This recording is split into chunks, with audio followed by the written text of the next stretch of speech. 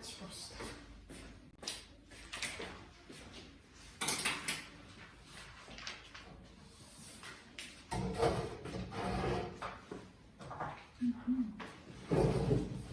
자, 우리 빈칸 채우기 먼저 볼 거예요.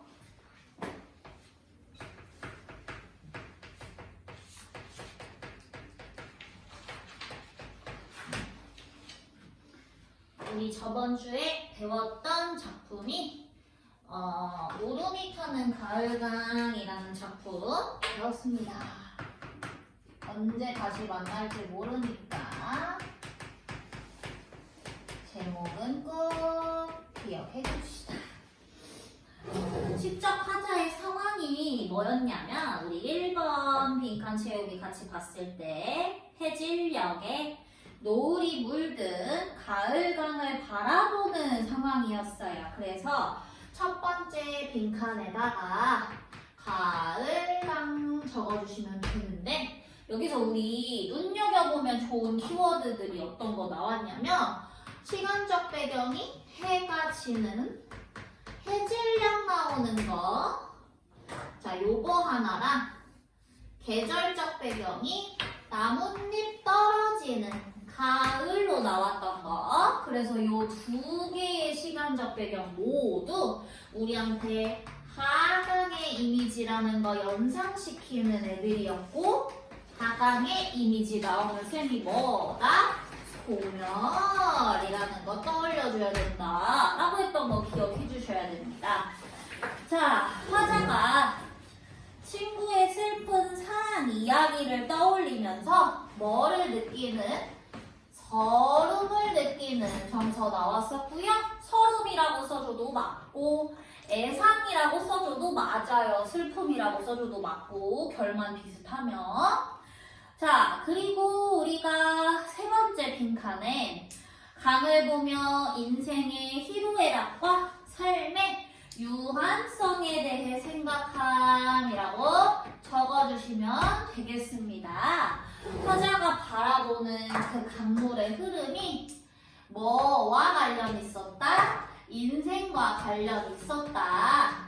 그래서 곧 바다로 나아가는 그 강물의 모습은 죽음, 소멸, 인생의 유한성 떠올리게 하는 거였다 라고 했던 거 같이 기억해 두시고 우리 아가들 이 키워드 은근히 무슨 뜻인지 모르는 친구들 꽤 많아서 짚고 넘어가면 지금 우리 1번 빈칸에 희로애락이라는 말 들어가 있어요. 강을 보며 인생의 희로애락과 삶의 유한성에 대해 생각함. 네, 희로애락 무슨 뜻이냐면 이거 하나하나 한자어잖아 얘들아. 희자는 무슨 희자냐? 우리 희열을 느끼다 할 때 희, 기쁠 희자예요.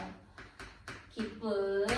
그리고 로는 무슨 로냐면 분노, 노여움 할 때 노자예요. 그리고 애자는 우리 아가들 사랑해라고 많이 얘기하는데 이 애자는 사랑 애자가 아니라 우리 애상당할 때 슬픔 있죠. 슬플 애자. 슬플 애자고 락자는 즐거울 락자. 즉 희로애락이라는 단어는 사람이 살아가면서 느끼는 다양한 인간적인 감정을 통틀어서 희로애락이라고 얘기합니다. 우리가 인생을 살면서 늘 즐거울 수만은 없고 늘 슬프지도 않고 늘 기쁘지도 않고 늘 화날 일만 있는 게 아니다. 다양한 감정을 누리면서 살아간다 라는 걸 이렇게 표현하니까 이 단어도 알아두시면 좋겠죠. 그래서 1번 빈칸 채우는 거 마무리 하시고 2번 빈칸 들어가 봅니다. 이 시의 구조를 다음과 같이 정리할 때 빈칸에 들어갈 말을 써보자. 친구의 사랑 이야기와 해질녘 노을이 물든 가을강에 서러움을 느끼는 1, 2연의 내용에 뒤이어서 3연에서 자, 화자가 뭘 봤다? 강물의 흐름을 봤다. 강물이라고 적어주시면 되겠고 그 흐름을 통해 인생의 희로애락과 삶의 유한성을 느끼며 슬픔을 내면화하는 내용이 나왔습니다. 자, 이때 내면화가 뭐랬어? 나 너무 슬퍼 하고 표출하는 게 아니라 그걸 내 안에다가 꾹 꾹꾹 누르는 거라고 얘기했었어요. 그래서 바다에 다 와가는 이라는 구절의 의미는 인생의 끝을 의미하고 소리 죽은 가을강이라는 건 슬픔을 내면화한 한을 의미한다 라고 두 번째 빈칸에 슬픔 적어주시면 되겠고요. 자, 이제 세 번째 빈칸 채우기로 내려가 보면 이 시에서는 우리 물이라는 키워드랑 불이라는 키워드의 이미지가 두 개 나오는데 맞아 얘들아, 이거 빈칸에다가 대조적이라고 쓴 친구들이 있는데 물과 불이 대조적인 의미로 많이 쓰이긴 하지만 이 시에서는 대조적인 의미로 쓰였다기보다는 물은 흘리는 눈물, 흐르는 가을강, 산골물, 그리고 바다라는 키워드의 이미지로 나왔고요. 그리고 불은 가을의 뼈, 제3날 큰 집에 보이는 불빛, 해질녘이라는 이미지로 나왔는데 얘네 둘 다 의미하는 이미지가 뭐였냐면 소멸이었어, 소멸. 그래서 두 번째 빈칸에 소멸 적어주시고 그걸 통해 삶의 유한성과 인간의 본원적인 한을 효과적으로 드러낸다 라고 정리해 주시면 되겠습니다. 되게 어려운 시였던 거 맞아요. 자, 그래서 빈칸 채우기 마무리해 주시고 넘어가서 우리 엮어읽기. 저번 주에 배웠던 작품과 유사한 엮어읽기로 뭐가 나왔냐면 제목이 낙화인 작품이 나왔습니다. 이형기라는 작가가 썼고요. 이 작품 얘들아 고등학교 올라가면 외부 지문으로도 꽤 많이 나오고 학교에서 수업으로도 많이 하는 작품이라서 조금 꼼꼼하게 쌤이 선행할게요. 자, 제목 먼저 보시고 우리가 꽃이라는 게 피어나면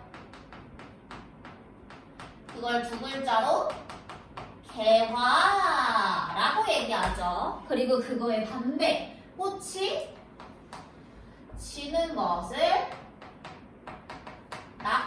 낙화라고 얘기합니다. 자, 근데 이렇게 꽃이 피어나는 걸 우리가 사람의 인생에다가 비유를 하면 탄생에 비유할 수 있겠죠. 태어나는 거. 그러면 반대로 낙화는 죽음이라는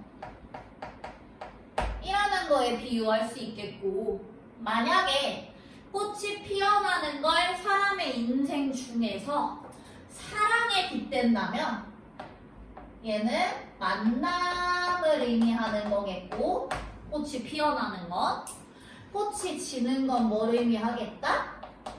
이별을 의미하는 걸로 우리 해석할 수 있겠다. 이렇게 확장해서 생각한 게 시에 반영이 돼 있을 거예요. 자, 그래서 우리가 제목의 의미 한번 이렇게 추측을 해봤고 이렇게 우리가 정리했을 때 알 수 있는 이 시의 특징 중에 하나는 뭐냐면 자연현상을 바라보고 화자가 꽃이 피고 지는 걸 바라보면서 단순하게 꽃이 폈다, 졌다 이게 끝이 아니라 사람의 인생에다가 인간사에다가 적용해서 생각하는 모습 보고 있어요. 근데 우름이 타는 가을강도 똑같았죠. 흐르는 강물 바라보면서 강의 상류는 사람의 청춘, 그리고 중류는 중년기, 그리고 이제 바다에 다와갈 때는 노년기 이런 식으로 자연현상을 보고 인간사를 떠올리고 있는 거 공통점 먼저 확인 한번 해주시고 어떻게 이거를 시에서 형상화하고 있는지 한번 읽어보도록 하겠습니다. 1년 한번 들어가서 같이 보시면 가야 할 때가 언제인가를 분명히 알고 가는 이의 뒷모습은 얼마나 아름다운가.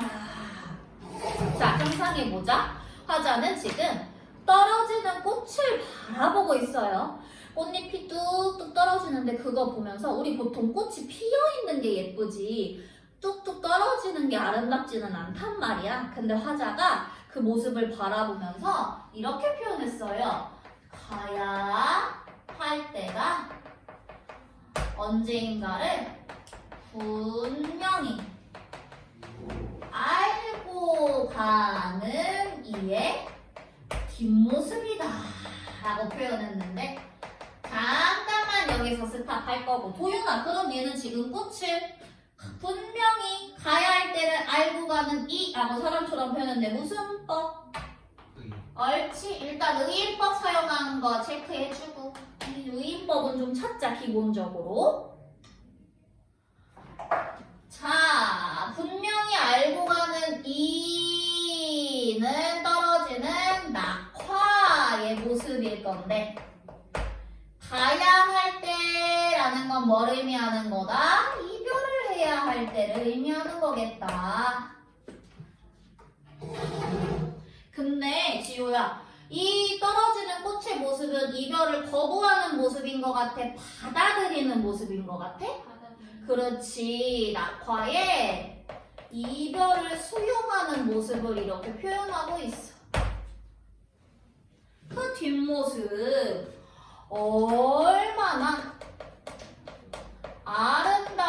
아름다운가 라고 하면서 그 뒷모습이 아름답다 라고 칭찬했어. 이런 태도를 얘들아 문제에서 뭐라고 얘기할 거라고? 예찬이라고 할 거라고. 자 그리고 아름답다가 아니라 아름다운가 라고 물어보듯이 얘기했어. 무슨 법이야? 서리 그렇지. 서리법 사용했어. 아름답다고 감탄한 거니까 영탄 적어줘라고도 얘기할 수 있어. 됐나요? 자 그래서 우리가 1년을 읽어봤더니 어떤 내용으로 이 시가 시작이 되더라? 이별을 수용하는 것에 아름다움. 자 예를 들어 이런 거야. 우리 살면서 수많은 이별을 경험할 거예요.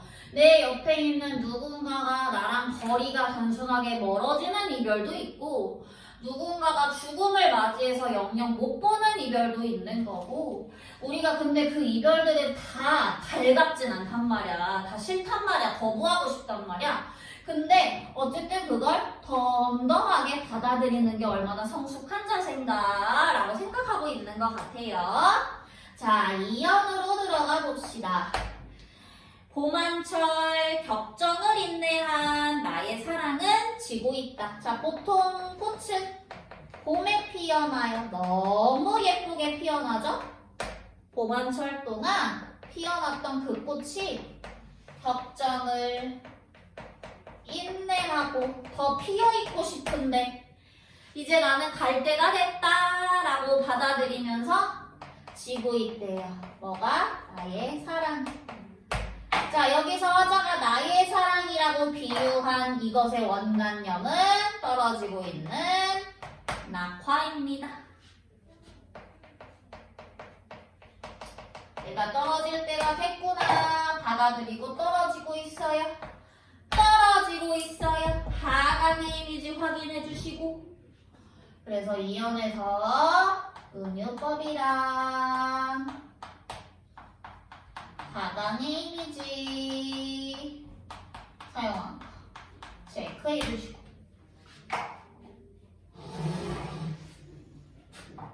자 3년으로 넘어가 봅니다. 꽃이 떨어지는 걸 이렇게 표현해요. 분분한 낙화.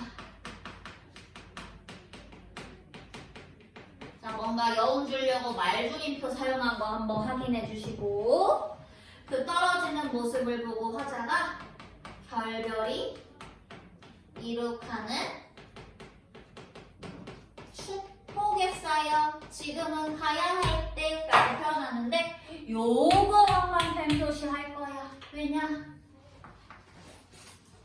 중요한 표현상 특징 하나 나왔는데 결별이라는 부정적인 의미의 시어와 축복이라는 긍정적인 의미의 시어가 같이 나왔어요.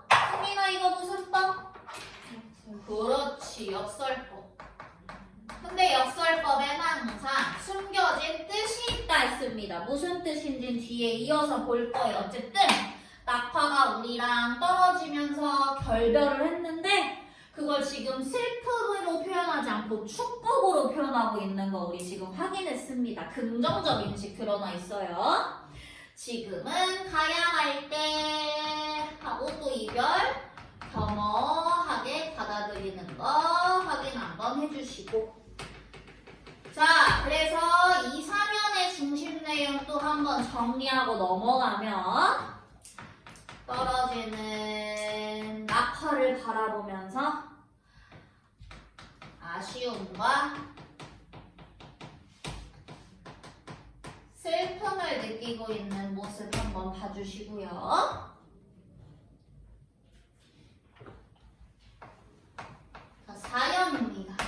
이 작품에서 좀 중요한 연인데요. 이렇게 꽃잎이 떨어지면 얘들아, 봄 끝나고 시간 지나서 뭐가 오죠? 여름이 오죠? 자, 이렇게 무성한 녹음의 계절이 찾아옵니다. 얘들아, 문학작품 읽을 때 녹음이라는 말 나오면 우리 목소리 녹음하다 할 때 그 녹음이 아니라 푸를 녹자의 그림자 음자예요. 푸른 그늘이란 뜻인데, 우리 봄에 벚꽃 피면 나무가 핑크색으로 이렇게 쫙 물들었다가 그거 다 떨어지고 휑해지지? 그리고 나서 여름 되면 거기 그 자리에 푸른 색깔 잎이 돋아요. 그 푸른 색깔 잎을 녹음이라고 합니다. 그래서 녹음이라는 단어 나오면 우리 아가들은 아, 여름의 이미지다 하고 떠올려 주시면 되고요. 자, 녹음이 생기려면 봄에 무조건 꽃이 계속 피어 있어야 돼. 꽃잎이 떨어져야 돼? 떨어져야 돼. 그걸 우리가 받아들여야 얘를 만날 수 있는 거야. 그리고 그 녹음, 머지않아 시간 지나서 열매를 맺는, 자, 녹음 떨어지고 나서 뭐? 가을에 열매가 생겨요. 자, 그래서 가을, 그리고 이 열매도 마찬가지 꽃이 떨어지고 녹음이 떨어져야 맺을 수 있는 결실이에요. 그래서 이 열매가 의미하는 바는 우리가 이별을 받아들였을 때에만 가질 수 있는 성숙함. 너네 가끔가다 뉴스 보면은 사랑하는 연인이 헤어지자고 해서 싫어 거부하다가 막 네가 나를 떠나 하고 막 해치려는 사람들 나오잖아. 그런 사람들 두고 우리가 성숙하다고 해? 아니죠. 이별을 받아들이지 못하는 미성숙한 사람들이잖아. 이별해야 될 때 이별을 받아들여야 우리가 진정한 어른이 된다, 성숙해진다, 이런 메시지를 전달하고 있는 거라고 보시면 되겠습니다. 자, 그래서 우리 4연이 왜 중요하냐? 3년에서 왜 결별을 축복이라고 했는지 알겠죠? 결별이라는 걸 우리가 받아들여야 성숙해질 수 있는 기쁨을 우리 맛볼 수 있는 겁니다. 그래서 우리 아까 이 역설법 부분에 숨겨진 진리 적어주시는 게 좋겠죠? 뭐라고 적어주자? 성숙한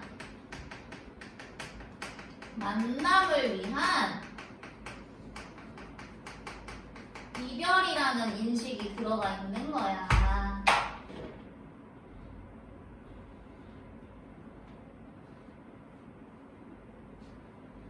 자, 그렇게 그 가을을 향하여 나의 청춘은 꽃답게 죽는다. 자, 여기서 나의 청춘도 원간년 낙화, 꽃답게 죽는다는 건 무슨 뜻일까요? 그러니까 이별은 겪을 수밖에 없어. 필연성이라고 합니다. 이런 것들.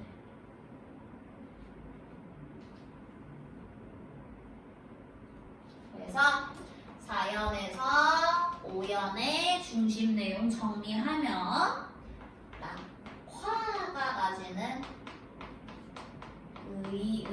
가치가 되겠습니다.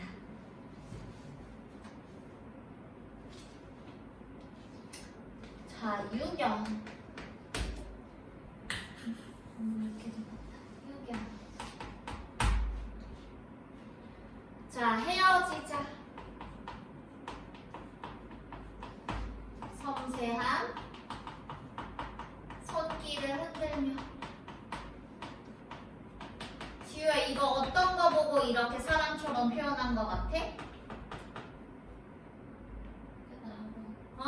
나무에서 꽃잎이 떨어지는 모습을 이렇게 표현한 거겠죠? 이것도 당연히 의인법.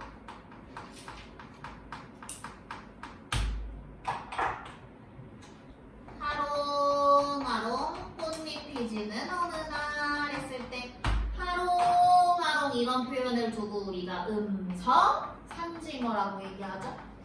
도윤아, 이거 의성어야 의태어야? 위태. 그렇지, 모양입니다. 의태어. 의태어, 의성어 꼭 구분하세요, 아가들. 이렇게 꽃잎이 지는 어느 날, 이별의 날, 화자는 깨달았대요. 나의 사랑, 그리고 나의 결별. 사랑과 결별이라는 경험을 통해서 샘터에 물 고이듯, 왜 우리 이렇게 샘물 있으면 물이 점점 차오르는 듯이라고 비유하고 있는 거예요. 지규법.